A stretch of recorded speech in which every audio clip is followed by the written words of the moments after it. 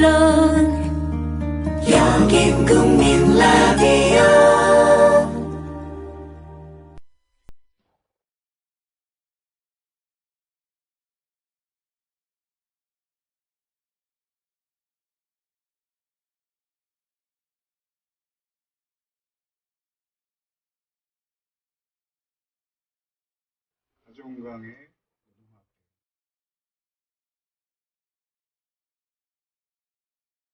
하종강의 노동학개론.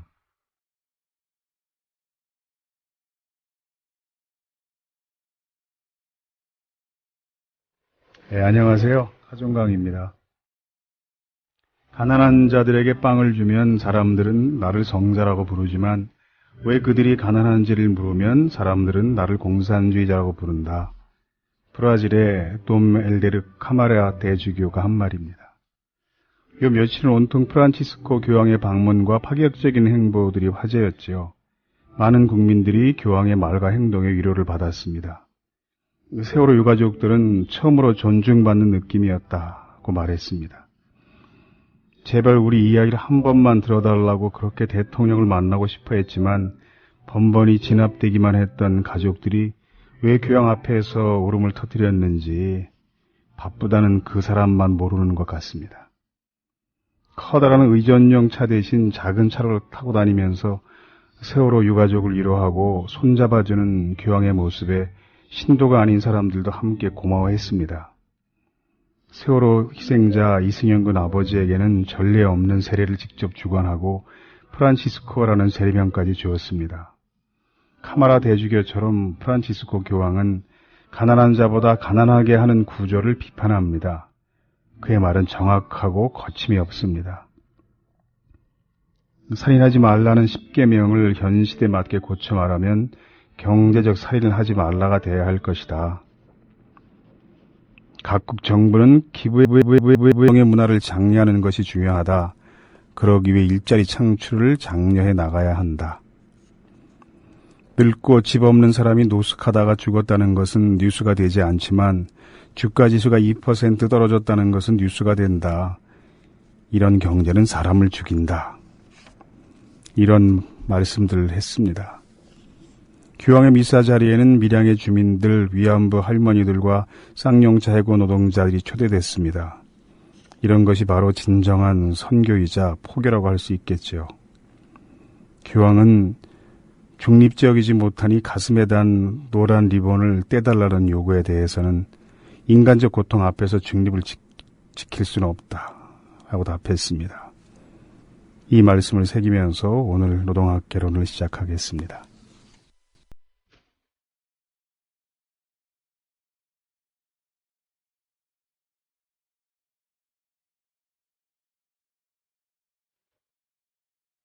하종강의 노동과 꿈.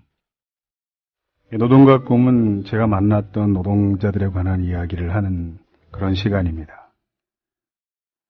제가 대학생의 신분을 갖고 있던 기간이 거의 10년인데요. 대학생도 아니고 사회인도 아니고 그런 기간이 상당히 있었습니다. 80년 9월에 어느 선교단체로부터 자원봉사 부탁을 받았습니다. 해고 노동자들이 일주일에 한 번씩 모여서 성서 연구를 하는데 날더러 그 내용을 빠짐없이 녹음하고 기록해달라는 것이었습니다. 동일방직, 반도 패션 등의 해고 노동자들이 참여하는 모임이었습니다. 당연히 기쁘게 하겠다고 했지요. 모임 첫날 누가복음에 나오는 탕자의 비유를 공부했습니다. 아시겠지만 탕자의 비유는 이제 간단히 설명하면 이런 내용입니다. 어느 부자에게 두 아들이 있는데 그 작은 아들이 자기 유산을 미리 달라고 아버지에게 조릅니다. 성경에서는 그 유산을 분기디라는 좀 어려운 단어로 표현하던데 아버지가 그 작은 아들에게 유산을 미리 떼어줍니다. 그 아들이 그 돈을 가지고 먼 나라 이방에 가서 온갖 탕진을 하고 결국 거지가 다 돼서 나중에 돌아오는데 아버지가 그 돌아오는 아들을 몇 년 만에 먼 발치에서 발견하고 우리식으로 표현하면 맨발로 달려나가서 품어 안아주는 그런 내용입니다. 그 그 모임의 정식 구성원이 아니라, 왜냐하면 그 모임은 노동자들을 위한 성경 공부 모임이었기 때문에 저는 그때 대학생이었으니까요. 어디까지나 서기에 불과했던 저는 한마디도 끼어들지 못한 채 그냥 열심히 적기만 했습니다. 성경을 읽고 목사님의 간단한 설명을 들은 뒤 각자 느낌을 자유롭게 이야기해보거나 토론하는 식으로 진행됐습니다. 그날 토론 중에 한 참석자가 이런 말을 했습니다. 야, 난 성경을 오늘 처음 읽었는데 이 탕자의 비유는 마치 영화나 소설 같아. 아주 흥미로운 스토리가 있어. 근데 어떤 영화나 소설이든 가장 중요한 대목을 클라이막스라고 하는데 그러면 이 성경에 나오는 탕자의 비유의 클라이막스는 어느 대목일까? 이런 얘기를 했습니다. 저는 그 답을 알고 있다고 생각했습니다. 어릴 때부터 교회 다니면서 목사님 설교 속에 수십 번 들었거든요. 모든 죄를 짓고 재산을 다 탕진하고 타락한 생활을 하던 아들이 집에 돌아오는데 그 아버지가 한마디도 꾸짖지 않고 맨발로 달려나가서 품어 안아주는 장면, 즉 우리 인간의 모든 죄를 용서해 주시는 아버지 하나님의 넓은 사랑,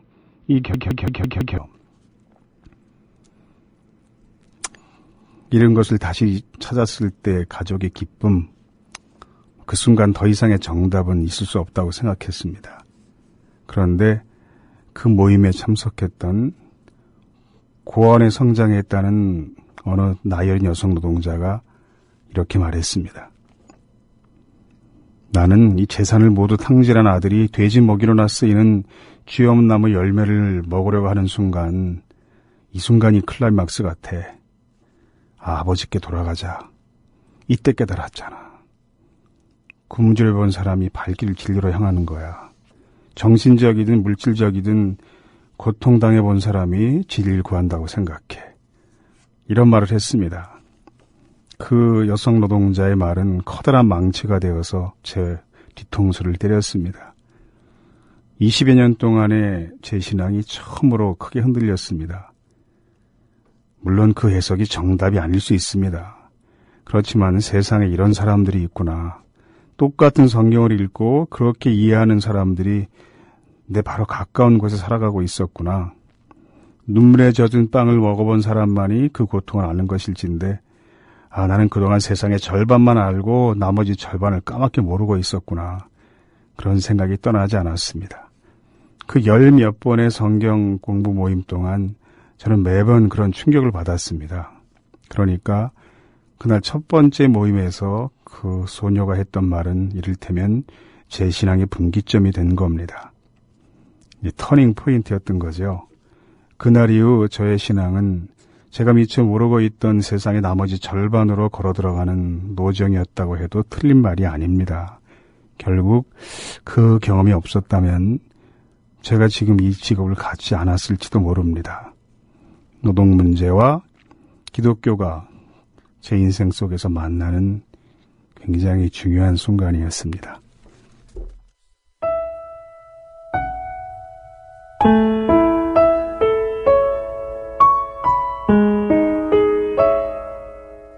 노동자의 소박한 꿈 한 올 한 올이 모여 세상의 행복을 완성합니다.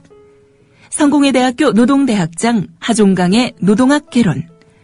매주 화요일 저녁 8시에 국민라디오에서 만나요.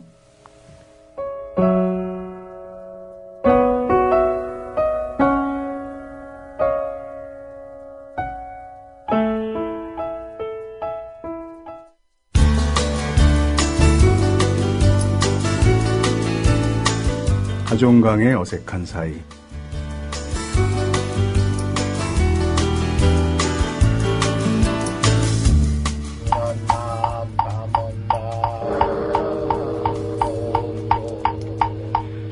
실례합니다. 지나가는 닭발 승이온데 물 한 잔 얻어 마실 수 있겠습니까?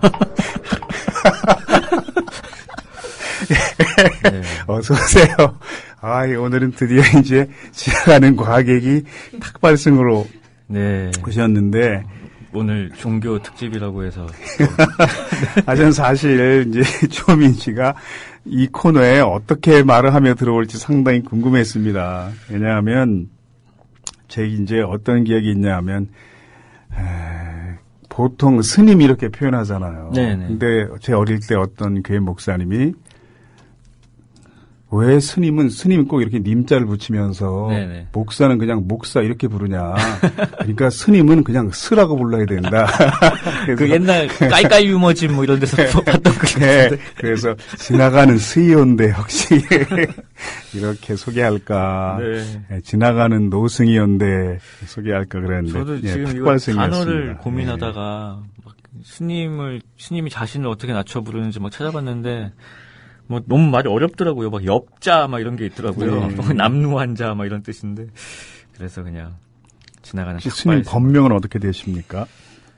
아 본명은 사실 없습니다. 사실은 제가 모습은 이렇지만 종교도 없고 저는 지금 사실 오늘 처음 알았어요. 하종강 선생님 집사셨어요? 아, 예. 지금도 집사고요. 네. 원래 집사는 교회에서 1년직입니다. 되게 장로, 권사 이런 분들은 이제 평생 별일이 없는 한 그 직분을 유지하는데 네. 집사는 원래 감리교회에서는 1년직이어서요. 네. 1년 지난 다음에 잘릴 수도 있는데 안 자르더라고요. 그 집사는 어떻게 하면 되는 거예요? 뭐 교회 열심히 다니고 헌금도 잘 내고 그러면 네. 되는데 제가 아는 어떤 분은 참 지도층에 속하는 분이었는데 네. 집사를 1년 하고 잘렸다고 그러시더라고요. 그래서 네. 어떻게 잘렸냐 그랬더니 교회에서 야외배를 보러 갔는데 네. 앉을 게 없어서 성경을 깔고 앉았다가 아, 그 다음에 집사에 잘리더라고 이렇게 말하는 분이 있던데 그래서 잘릴만 했다 이런 생각을 우리끼리 했습니다. 네. 저번 주에 이제 2주에 걸쳐서 송곳 특집을 했잖아요. 네. 거기에 대한 뭐 반응들이 굉장히 저 뜨거웠습니다. 그 방송 때문에 참 말 많이 들었습니다. 어떤 말 들으셨어요? 아, 이제 설마 안 하겠습니다. 그러면서 계속 말하냐, 왜. 응? 차라리 말하지 않겠습니다. 이거 하지 말지. 네. 뭐 이런 얘기 여러 명한테 들었고요. 네. 그 다음에 제가 트위터에 보니까 네. 제 방송이 너무 재미가 없었는지 그날 이제 제 방송에 대해서 트위터 이런 글 쓰신 분들이 있더라고요. 아주 당황하는 말투입니다. 누가? 하종강 선생님의 드립력과 리액션을 뿌리 뽑은 것이냐, 리액션력을 뿌리 뽑은 것이냐, 대공수사관 내 놈이냐, 그냥 편히 죽지 못할 것이다. 내 이놈. 아, 물론 저를 격려하고 저를 네. 고문했던 대공수사관을 욕하는 그런 내용이지만, 근데 제가 나름 드립력이 있는 줄 알았거든요. 근데 네. 이제 뭐 완전 뿌리 뽑힌 것 같습니다. 그게. 그래서 제가 이걸 리트윗했더니 또 제가 그 글 쓰신 분이 네. 며칠 전에 그 트윗을 하종강 선생 본인이 또 리트윗했다 막 네. 이런 걸 쓰셨던데 이분들은 이제 그날 최규석 작가가 나온다는 이유로 이 방송을 들었던 분들이기 때문에 네. 오늘 이 방송을 들을 가능성은 아마 거의 없습니다. 그래서 뭐 마음대로 얘기해도 괜찮을 것 같아요. 그래도 선생님 팬도 좀 생긴 것 같아요. 그래요? 네, 뭐 하종강님 다이스키라는 예. 트윗도 있었고 그 얼마 전에 다이스키가 무슨 뜻인지 좀 잘 모르는 청취자들에게 그 큰 번역. 대자에 좋을 호자 써서 일본 말로 아주 좋아한다는 뜻입니다. 예. 네. 아, 그렇군요. 예. 그리고 며칠 전에 부천 만화 축제 때 그 최규석 작가님 사인회도 있었고 여기 노동학 개론에서 소개했던 그 섬과 섬을 잇다 작가님들 사인회도 있었는데 예, 저도 거기 옆에 앉아 있다가요. 예. 부록처럼 원래 그 만화 축제여서 만화가들이 그 책에 사인을 해주는 행사였거든요. 저는 그 책에 참여한 저자지만 저는 글을 썼기 때문에 네. 사인할 제 사인을 받아달라는 사람들은 딱 한 명 있었고요. 그래서 부록처럼 그 만화가들 네. 옆에 앉아 있었는데 요 트윗 쓰신 분 그날 계속 뵀어요 거기서. 그러니까 최규석 작가님 뵈러 왔다가 하종강 선생님 뵙고 너무 잘생기셨다고.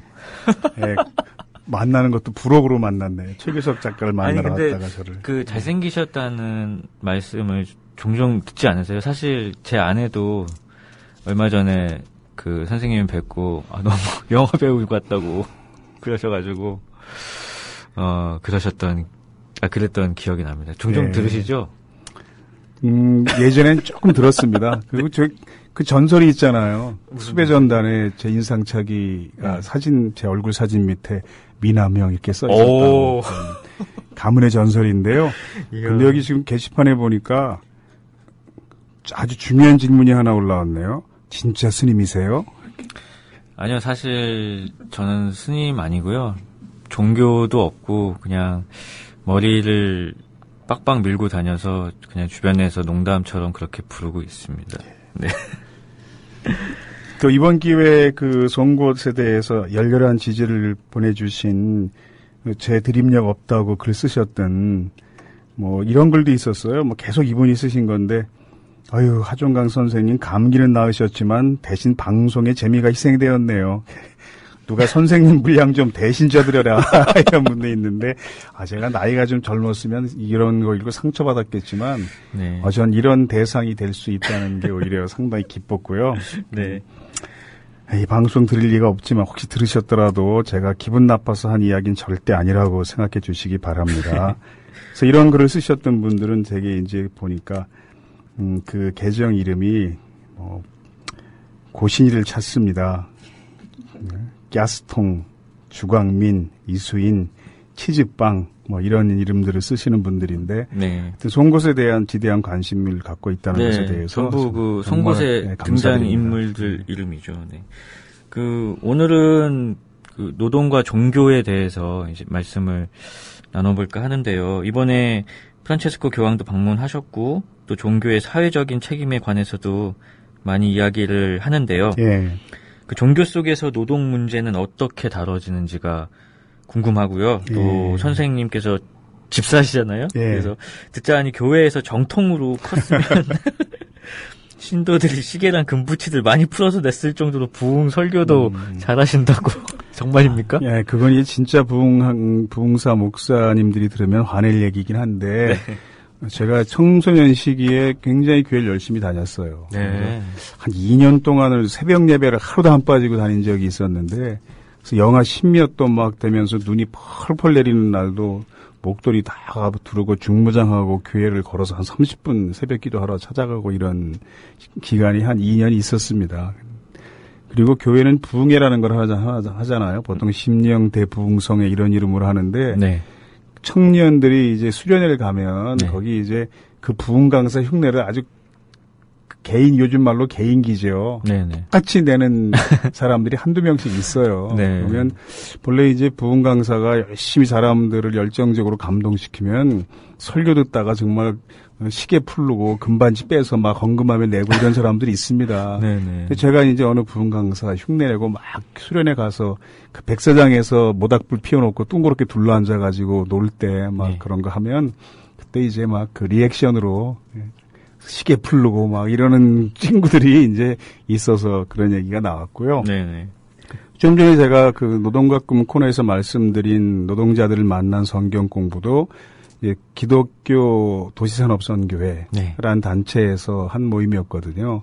그러니까 한국의 기독교가 사회 문제, 특히 노동 문제에 처음 관심을 가지기 시작한 시기가 되게 70년대 초반 요 무렵인데 가보니까 이제 흙바닥이 있는 사무실을 사용하는 초가집에서 인천 기독교 도시산업선교회가 시작을 하고 있더라고요. 네. 그래서 원래 이제 기독교가 노동 문제에 관심을 가질 수밖에 없는 네. 종교라는 걸 제가 거기서 활동하면서 이제 많이 깨달았습니다. 네. 특히 이번에 그 교황이 방한해서 어떤 보인 행보들이나 그런 발언들이 예. 굉장히 많은 위로를 주었는데요. 특히 우리가 오히려 우리나라의 어떤 높은 분들에게 듣고 싶어하는 말들을 전혀 듣지 못하는 그런 말들을 너무 많이 해주셔서 굉장히 감동도 많이 받았는데 이런 교황의 상당히 모습이 많이 비교됐죠. 그렇죠. 네. 이런 교황의 모습이 기독교적으로 어떤 근거나 배경이 네. 있는지요? 이게 참 다행인 게 우리 원래 담당 PD가 김영민 PD잖아요. 근데 그분이 널리 알려진 목사님 아들이잖아요. 그렇죠. 네. 또 신앙생활 굉장히 오래 열심히 하신 분이고 마침 휴가를 가셔가지고 이 자리에 없어서 제가 눈치 안 보고 부담스럽게 이야기할 수 있게 됐고 대신 변현주 PD께서 오늘 이 프로그램을 진행해주고 계신데 이게 약간 잘못 들으면 재미없을 수도 있는데 하여튼 제가 최대한 그래도 재미있게 얘기해 보면요. 네. 성경이 이제 전부 몇 권으로 구성되어 있냐 하면 이제 66권으로 구성되어 있어요. 네. 성경이 66개의 각각 다른 문서가 합쳐진 건데 이제 구약이 39권, 신약이 27건. 그래서 교회 학교에서 아이들에게 가르칠 때 3, 9, 27 이렇게 외우게 시킵니다. 39건, 27건. 근데 성경이 그 1페이지부터 하나님이 불러주신 순서대로 그대로 기록된 게 아니라 맨 처음에 기록되기 시작한 성경은 역사적으로 볼 때 이제 출애굽기라는 거죠. 네. 성경이 창세기부터 나오지만 창세기부터 순서대로 기록된 건 아니고 요즘 신학대학에 다 가르치는 내용인데 역사학자들이 연구해 보니까 출애굽기가 가장 처음에 기록된 성경이었다. 네. 근데 출애굽은 그 글자 그대로 애굽에서 탈출하는 기록이라는 뜻입니다. 네. 그러니까 애굽이 지금 이집트거든요. 그렇죠. 그러니까 이집트에서 한 400몇십 년 동안을 노예 생활을 하던 히브리 사람들이 노예 해방 전쟁을 뭐 여러 번 했겠죠. 그 사이에서 네. 계속 실패하다가 이제 그 마지막에 모세라는 훌륭한 지도자들 만나서 노예 해방 전쟁에서 승리합니다. 그리고 10개란 영화에 보면 잘 나오지만 홍해를 건너서 막 탈출하잖아요. 네. 그때부터 자기들의 역사를 기록하기 시작했다는 거죠. 출애굽의 역사를. 네. 아, 그러면서 나중에 이제 야, 우리 아담과 조상이라는 우리 선조가 있었잖아. 이게 창세기거든요. 네. 그건 나중에 이제 기록된 것이지 네. 처음에 기록된 성경은 이제 출애굽기라는 겁니다. 네. 즉 노예 해방으로부터 시작된 종교가 기독교라는 거죠. 네. 노예적 해방 전쟁에서 승리하면서 자신들의 역사를 기록한 것이 성경의 시작이어서 네. 즉 노예란 사람들이 지금 말로 하면 노동자잖아요. 그렇죠. 땀 흘려 일하는 노동자에 대한 관심이 많을 수밖에 없는 종교가 기독교다. 네. 그래서 기독교 내에 보면 한 그 2000년 넘는 기간 동안 그 전통을 계속 강조하는 쪽이 있고 해서 그걸 좀 무시하려는 경향이 있고 네. 이렇게 크게 보면 두 줄기가 있는 것 같아요. 네. 근데 한국은 비교적 교황은 주로 이제 기독교가 그런 사회적 약자, 열심히 일하는 사람들의 관심을 많이 가질 수밖에 없는 전통에 비교적 충실했던 분이고 네.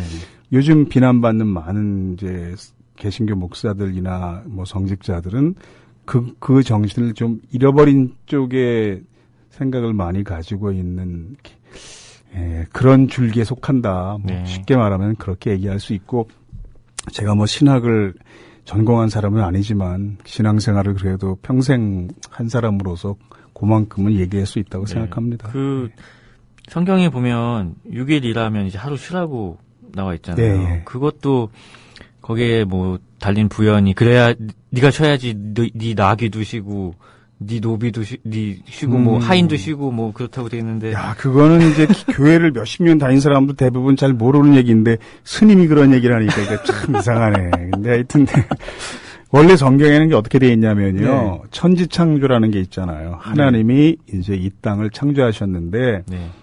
6일 동안 창조하셨어요. 네. 차례. 그리고 1회째 쉬었어요. 예. 그러니까 인간도 하나님 따라서 6일 동안 일하고 7째 날은 쉬자. 네. 이런 종교적 의미가 물론 있습니다. 네, 네. 근데 그런 종교적인 계율이 생길 수밖에 없는 중요한 이유는 뭐냐 하면 성경을 보면 딱 지금 말씀하신 것처럼 돼 있어요. 안식일을 설명할 때 네.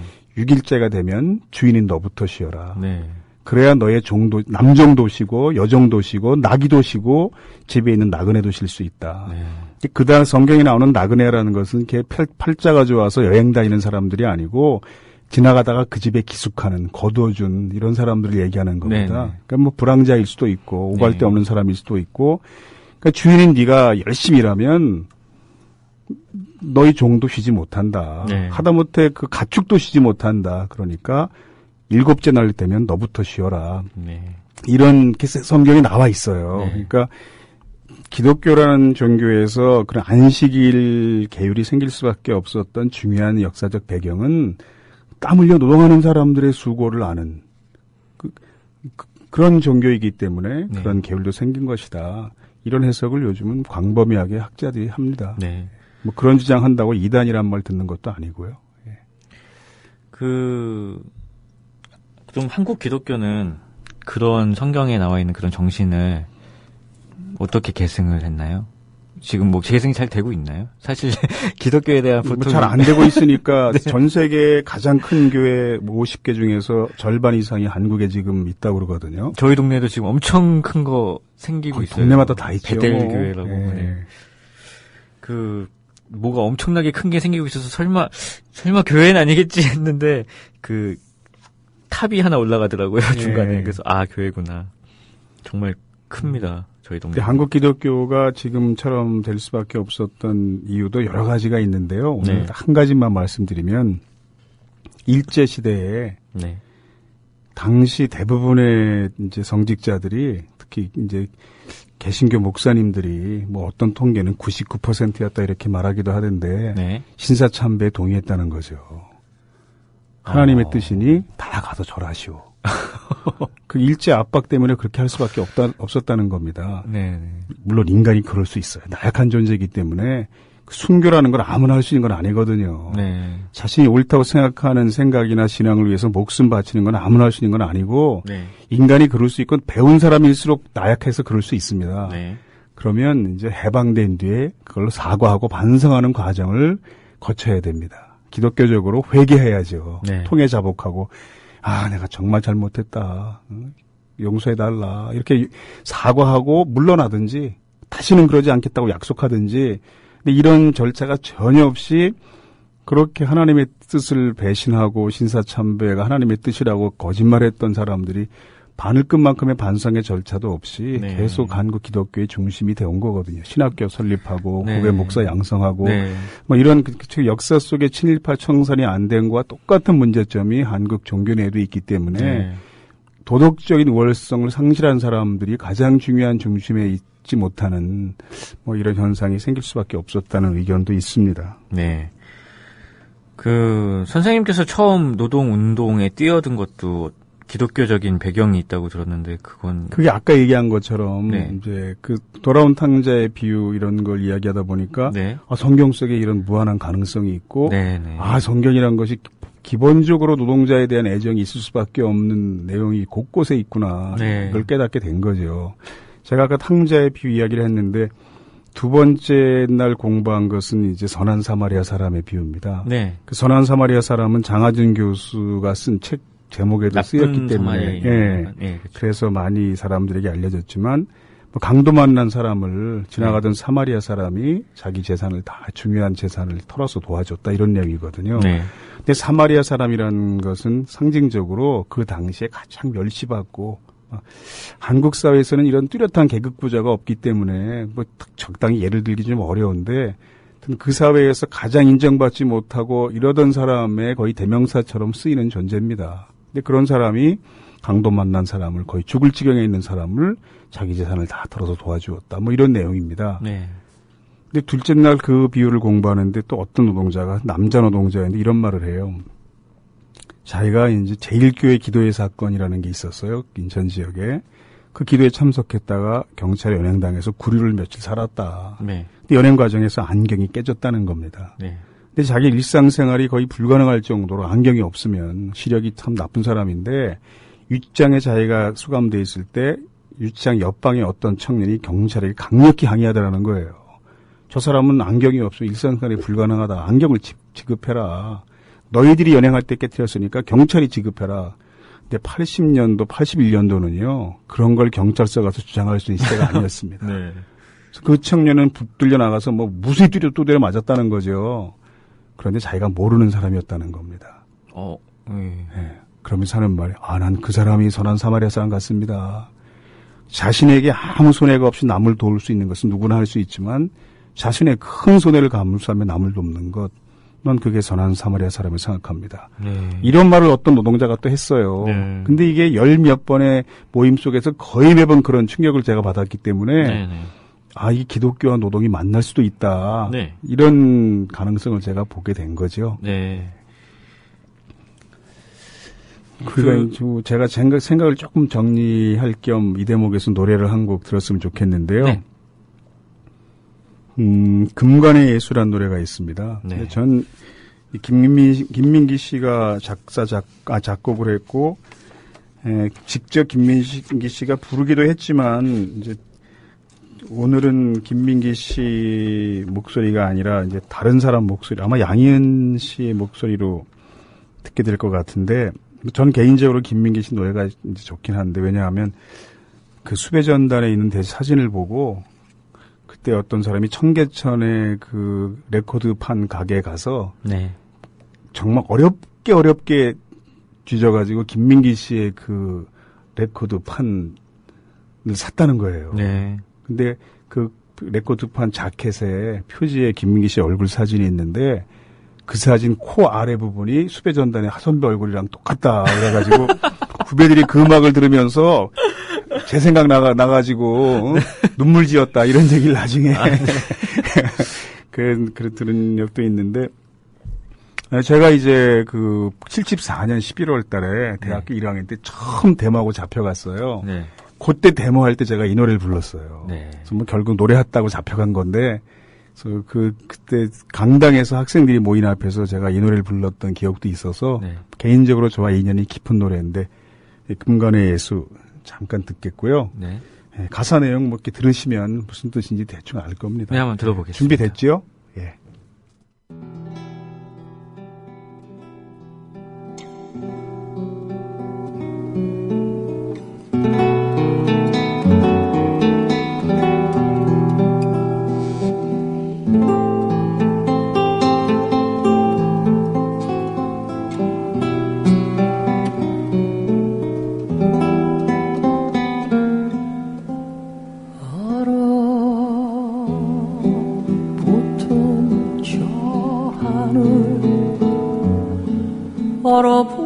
얼어붙은 저 벌방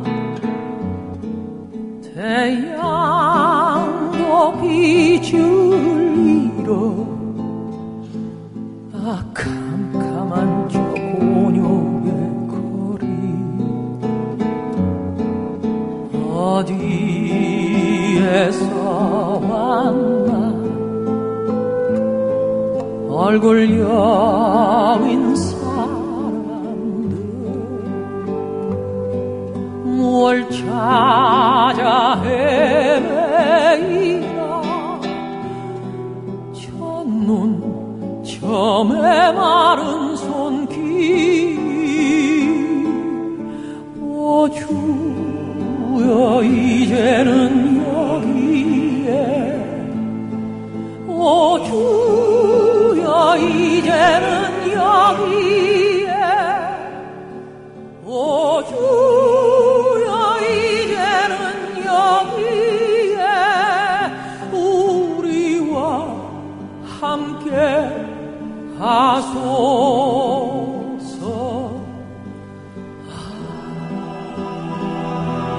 거리여 외로운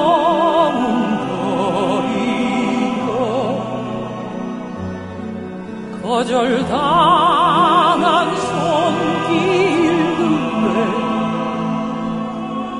캄캄한 저 바람에 어디에 있을까 천국은 어디에 죽음 저변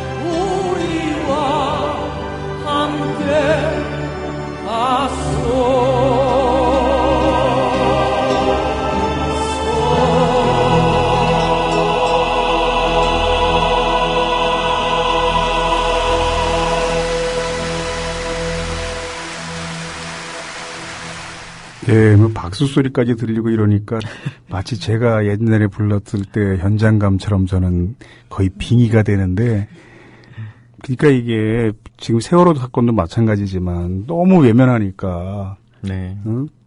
주여 우리와 함께 하소서, 여기 오소서, 정말 함께 해야 될 사람들이 하지 않으니까 주여 당신이 오소서, 뭐 이런 그 내용이었다고 생각합니다. 가사 내용이. 게시판에 보니까요, 뭐 이런 게 있습니다. 성경에는 동물의 피도 마시지 말고 비늘이 없는 물고기는 먹지도 말라고 되어 있는데 선지국도 먹고 장어도 먹으면서 동성애만 하지 말라고 하니까 허허 자기를 유리한 대로 해석하는 사람들이 있죠. 물론 맞는 말입니다. 근데 이런 계율들이 왜 생겼는가, 누구를 위해서 이게 존재하는가 생각해 볼 필요가 있고요. 네. 제가 지금 교회 다니는데요. 네. 목사님이 광화문에서 단식을 일주일 동안 하셨습니다. 그 유민이 아버지. 예, 옆에서. 예. 저도 이제 가서 뵀는데 그 옆에 가수 김장훈 씨가 네. 단식을 하다가 목사님들이 모여서 단식하는 천막이라니까 쑥 들어오셨대요. 네. 그래가지고 같이 기도하기도 하고 그랬는데 김장훈 씨는 어머니가 또 목사님이잖아요. 그렇군요. 근데 페북에 이제 보면 바로 나오는데 김장훈 씨가 페북에 그 단식 현장에서 담배 피는 사진을 이렇게 올렸어요. 네. 담배 피는 모습이. 그때 단식하는 우리 교회 목사님에게 어떤 청년이 와서 김장훈 씨가 지금 담배를 피우는데 네. 저 기독교인으로서 용납될 수 있는 행위냐 네. 그러더라는 겁니다. 네. 그래서 우리 목사님이 그 청년에게 너 담배 펴라. 그게 낫겠다. 이렇게 얘기했다는 거죠. 훌륭하신. 그러니까 이런 네. 그 각종 계율들이 두 가지를 봐야 되는데 네. 그 시대 상황에서 그게 왜 필요했을까를 봐야 되고요. 그렇죠. 그 다음에는 이제 과연 그 계율이 뭘 위해서 만들어졌을까를 네. 보는 거거든요. 인간을 위해서 만들어졌기 때문에 하여튼 그 계율을 지킬 것이냐 말 것이냐 막 예를 들어서 이제 안식일에는 보통 그렇죠. 요즘은 원래 안식일과 주일이 다르지만 같이 네. 안식일과 주일을 같게 생각하거든요. 그게 또 많이 틀린 것 생각도 아니고 안식일에는 공부도 하지 말고 돈도 쓰지 말아야 한다. 뭐 이런 주장하는 사람들도 있습니다. 근데 요즘은 뭐 그 생각은 대학 입시가 완전히 이겨버린 것 같다. 네. 목사님 그러시더라고요. 그렇게 주장하다고도 아들이 고3 되면 공부시키고 교회 안 나오게 하고 막 이러는 게 거의 상례가 됐으니까. 그리고 왜 그 성경이 쓰여지던 수천 년 전에 그 계율이 필요했을까를 볼 필요가 있는데요. 네. 예를 들어 11조라는 게 있잖아요. 기독교인들은 자기 수입의 10분의 1을 하나님께 바쳐야 한다. 네. 과연 이걸 요즘도 지켜야 할까? 뭐 사람들이 많이 이제 궁금해 합니다. 네. 근데 그 11조라는 게 왜 생겼냐면은요. 애굽에서 노예 생활하던 사람들이 이제 수백 년 동안 노예 생활을 하다가 탈출에 성공을 했어요. 네. 그리고 광야를 헤매다가 가나안이라는 곳에 와서 처음으로 이제 공동체를 만듭니다. 네. 뭐 국가라고 하기보단 근데 공동체라고 표현하는 게 옳은데 그 공동체의 명칭이 이제 이스라엘이거든요. 그리고 모여보니까 12지파가 모인 거예요. 네. 그런데 그 중에 보면 제사장을 담당하는 레위 지파라는 사람들이 있습니다. 네. 네. 근데 그 당시에 종교는 거의 권력이거든요. 네, 그렇죠. 그 12지파가 모여서 재산을 다 공평히 분배하고 레위 지파에게는 한 푼도 주지 않았습니다. 네. 왜냐하면 당시의 종교는 권력이기 때문에 종교적인 권력을 가진 사람이 경제력까지 가지게 되면 또 다른 특권층이 생길 수 있다. 네. 그런데 인간이 인간을 지배하는 계급 사회는 애굽에서 수백 년 동안 싫도록 겪었거든요. 이 히브리 사람들이. 네. 다시는 인간이 인간을 지배할 수 있는 이런 세상을 만들지 말자.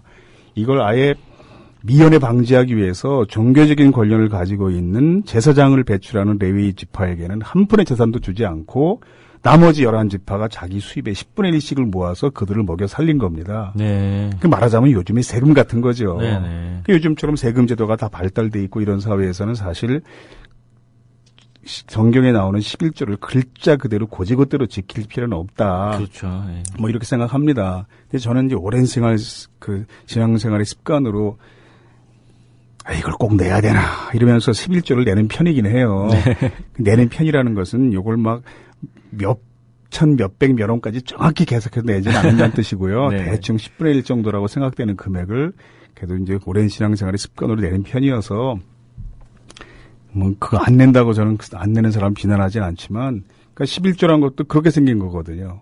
노동하는 수백 년 동안 열심히 노동해왔던 노예 생활했던 사람들이 인간이 인간을 지배하는 계급 사회를 만들지 않도록 하기 위해서 11조라는 훌륭한 제도를 그때 창안해낸 거죠. 아, 그런 유래가 있는지 결국 처음 11조라는 알았습니다. 것도 네. 열심히 일하는 노동하는 사람들로부터 출발한 종교이기 때문에 네, 네.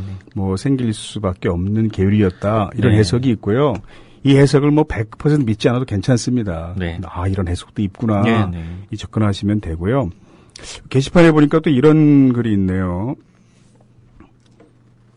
예, 우리 어머니께서는 성경에 그 흑인은 원래 노예라고 성경에 나왔다고 어머니한테 어떻게 말하지? 근데 이 어머니가 조금 잘못하신 거예요. 아, 그런 말이 있어요? 예, 이건 이제 어떤 뜻이냐면요. 네. 흑인이 성경의 노예였다는 게 아니고 네. 성경에 나오는 대부분의 등장인물이 사실은 유색인이었다는 거죠. 아, 예. 근데 백인들은 우리는 지금 우리를 황인종이라고 생각하고 백인, 흑인, 황인종 뭐 이렇게 구분하잖아요. 네. 백인들은 백인 외엔 다 유색인이에요. 그렇죠. 네, 그래서 그 사람들에게는 뭐 흑인이나 황인종이나 다 그 인종 차별주의자들에게는 거의 같은 종족입니다. 네. 그러니까 성경에 등장하는 대부분의 사람들이 사실은 예수님조차도 그 성화에 보면은 예수님이 뭐 창백한 지성 같은 이런 백인이잖아요. 그렇죠. 절대로 아니었을 거라는 거죠. 네. 그래서 영국 BBC 방송이 현대 과학을 총동원해서 복원을 했죠. 했죠. 예, 봤습니다. 예, 보면 이제 그 요즘 뭐 보온이라는 미국 드라마에도 보면 네. 인간의 신체 구조를 뼈를 분석해서 거의 완벽하게 뭐 밝혀내고 네. 그 NCIS 이런 드라마 네, 봐도 네, 거부의학이 얼마나 많이 발전했습니까? 네. 그래서 실제 예수님이 활동하던 시대에 그 지역 사람들의 두개골을 데이터화해서 가장 근접한 실제 예수님 얼굴이 뭐 보셨다 아시겠지만 굉장히 투박한 느낌의 중동인. 그러니까 주호민 씨 얼굴에 흑발이 좀 길면서 이렇게 좀 색깔이 시커먼 피부이면 그 입술도 두툼하고. 네, 현대 그래서 각으로 우리가 흔히 보던 그 뭐 성화나 이런 데 묘사되던 그 어떤 금발의 긴 머리에 그런 백인으로 묘사되는 예수의 모습과는 전혀 다른 모습이어서 많은 이들이 네, 그 중동의 충격을 중근동에서 살던 유색인이었을 것이다. 다 네. 이런 것이 흑인이 노예였다 이런 게 아니고 이런 네네. 건 이제 아마 그분이 얼핏 잘못 들으신 것 같습니다. 네. 그 어떤 집회 현장이나 뭐 강정도 그렇고 여러 가지 농성장에 보면 신부님들이 되게 많이 참여를 하시는 것 같아요. 네. 특히 천주교가 이제 그런 쪽에서 사제님들이 많이 참여를 하시는 것 같은데, 근데 그런 걸 이제 비난하시는 분도 많으시더라고요. 그 종교인이라면 보통 사람들과 어떤 신의 그냥 매개자로서 그냥 종교 활동에 이렇게 열심히 매진을 해야지 왜 이렇게 자꾸 현실에 발을 담궈서 어떤 정치적인 의사를 표현하고 그러느냐라고 이제 비판을 하시는 분도 많으시던데, 선생님은 이런 종교의 어떤 현실 참여에 대해서 어떻게 생각하세요? 그게 결국은 이제 신앙과 철학의 차이인데요. 네.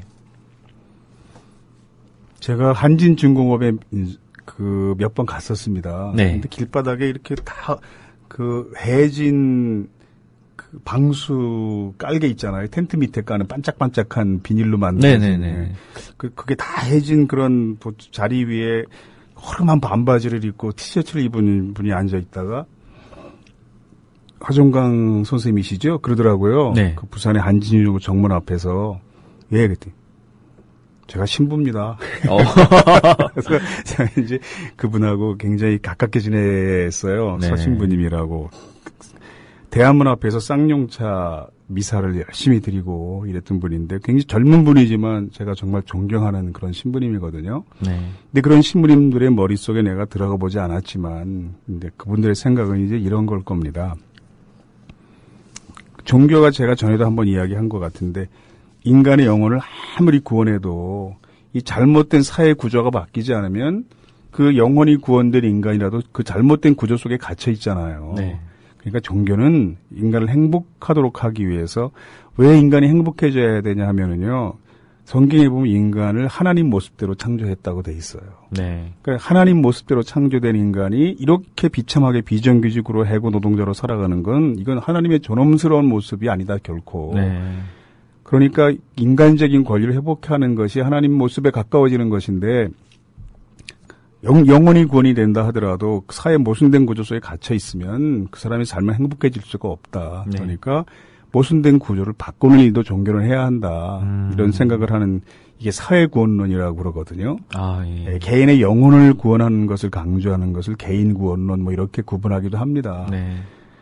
독일의 히틀러 시대에 그 유명한 보네포 목사님이 있었는데 네. 그분은 이런 설교를 했어요. 글도 쓰고 만일 미친 운전기사가 미친 운전기사요? 예, 네. 미친 운전기사가 운전을 하면 네. 버스를 운전하고 있으면 기독교인의 사명은 그걸 보면서 걱정하고 막 기도하다가 교통사고가 발생했을 때 다친 사람들을 치료하는 이런 일만 할 게 아니라 물론 그거 해야 되지만 네.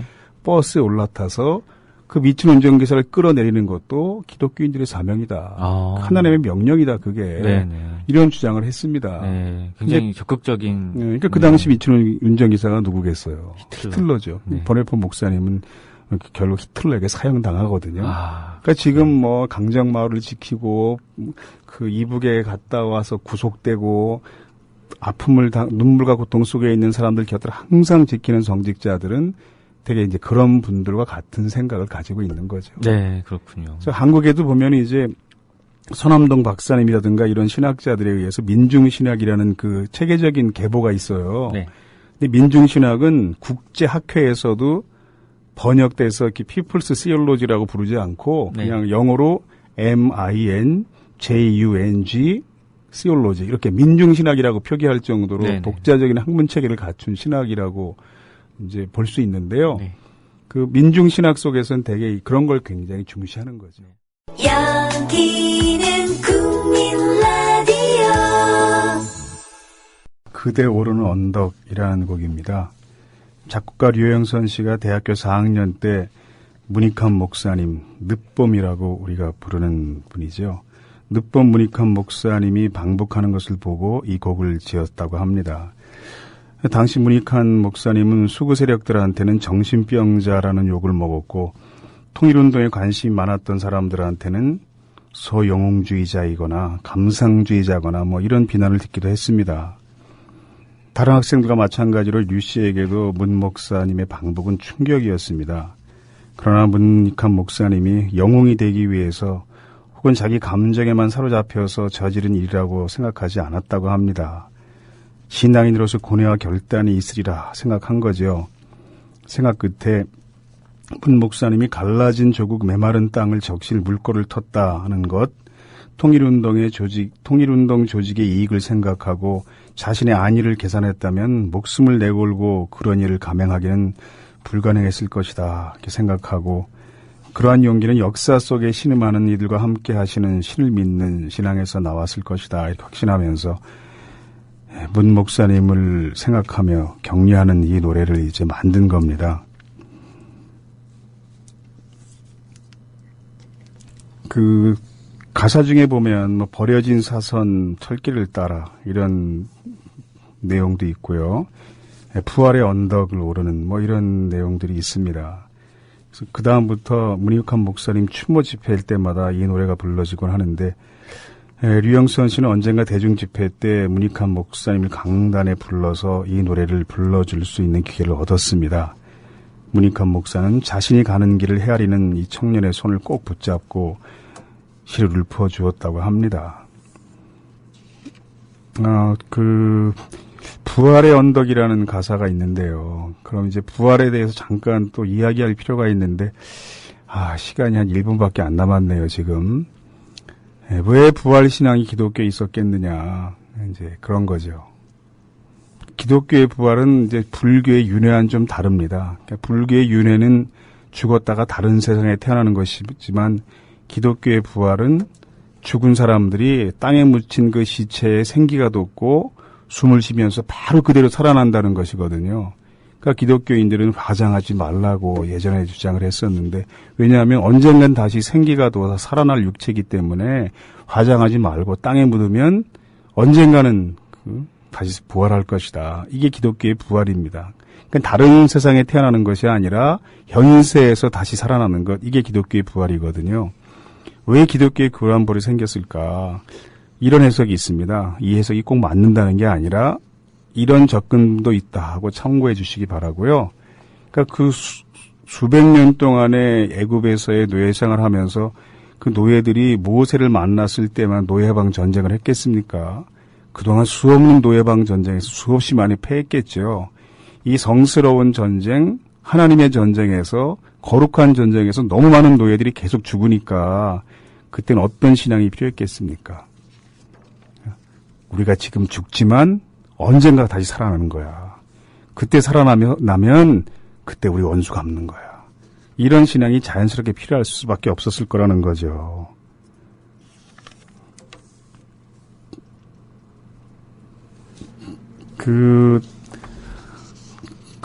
그러니까 이제 꼭 이 부활신앙이라는 게 꼭 그렇게만 해석될 수는 물론 없습니다. 그렇지만 학자들에 따라서는 히브리라는 민족에게 다른 종교와 달리 특이한 부활신앙이 생길 수밖에 없었던 것은 정의로운 투쟁을 오랜 세월 동안 계속해오면서 그 투쟁 속에서 패배하지만 언젠간 승리할 거라는 확신, 그런 꿈들이 부활신앙으로 나타났을 거라는 거죠. 전 투쟁하는 노동자들이 공권력과 맞설 때 그 무참히 부상당하고 깨지면서도 끊임없이 포기하지 않는 모습을 보면 우리가 지금은 이렇게 비참하게 깨지지만 언젠가 승리할 날이 있을 거야. 이런 히브리 노예들의 부활신앙을 생각합니다. 그래서 오늘은 주호민 작가하고 이야기하다 보니까 시간이 다 됐는데요. 네. 주호민 작가님 나와주셔서 고맙고요. 오늘은 불교 얘기를 오늘 제가 못 들었는데 오늘 CBS였어요. 오늘 CBS 방송. 다음에 불교 방송으로 한번 네, BBS로 한번 해보시고요. 네. 그 게오르구 신부란 사람이 한국에 와서 감명받은 게 뭐냐 하면 불국사 주지를 만나가지고 이렇게 불교식의 합장 인사를 했답니다. 네. 자기가 이제 정신적으로 상당히 이제 우위에 있었다는 우월감도 있었을 텐데 그 불국사 주지 스님이 이제 그 인사를 성호를 그으면서 받았다는 거죠. 아, 멋있네요. 그때 이제 껍벅 죽었다는 겁니다. 그래서 그런 날이 또 있기를 바라면서 오늘 방송 마치겠습니다.